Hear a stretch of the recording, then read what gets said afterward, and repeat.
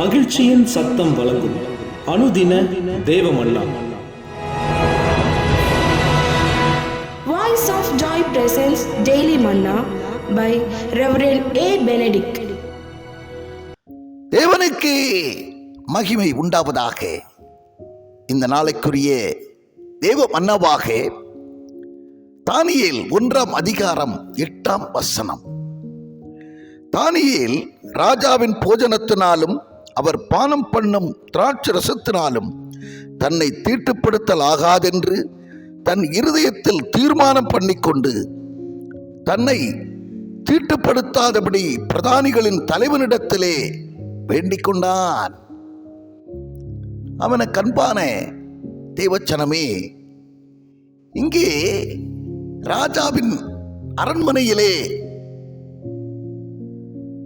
அவருடைய வேலை காரியங்களை செய்யும்படியாக ஒரு சிலரை அழைத்து வருகிறார்கள். அவர்களிலே தானியேலும் ஒருவன்.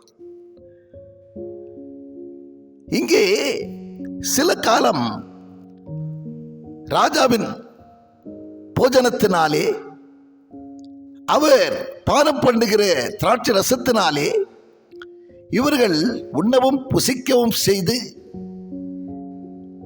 அதற்கு பிறகு இவர்களை புஷ்டி உள்ளவர்களாகவும் மிக செழிப்புள்ளவர்களாகவும் கொழுமையானவர்களாகவும் ராஜ சமூகத்திலே இவர்களை காண்பிக்க வேண்டும் என்கிறது அவருடைய கட்டளையாகிறது. எனவே அதன்படியாக இவர்களுக்கு பிரதானியாக இருந்தவன் இவர்களுக்கு ராஜ உணவை கொடுப்பதிலே சிந்தையாக இருந்தான். ஆனால் தானியேல் தன்னை ராஜாவின் போஜனத்தினாலே, அவர் உண்ணுகிற திராட்சை ரசத்தினாலே தன்னை தீட்டுப்படுத்தலாகாது என்கிறதிலே அவன் உறுதியாயிருந்தான், தீர்மானமாயிருந்தான். எனவே அந்த பிரதானி இடத்திலே அவன் கேட்டுக்கொண்டான், 10 நாட்கள் வரைக்கும் எங்களை சோதித்து பாரும்.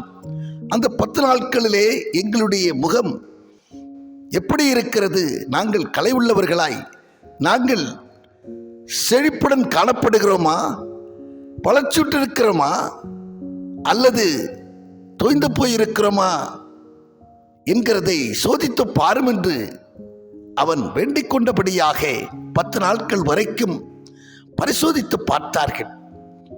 மற்ற எல்லாரை காட்டிலும் ராஜ சமூகத்திலே கொண்டு வந்த மற்ற எல்லாரை பார்க்கிலும் இவனும் இவனோடு இருந்த சிலரும் கலை உள்ளவர்களாய், புஷ்டி உள்ளவர்களாய் காணப்பட்டதினாலே இவன் அந்த ஆகாரத்தை, ராஜா சொன்ன ஆகாரத்தை நீக்கி மரக்கறிகள் முதலான காய்கறிகளை இவனுக்கு கொடுத்து வந்தான்.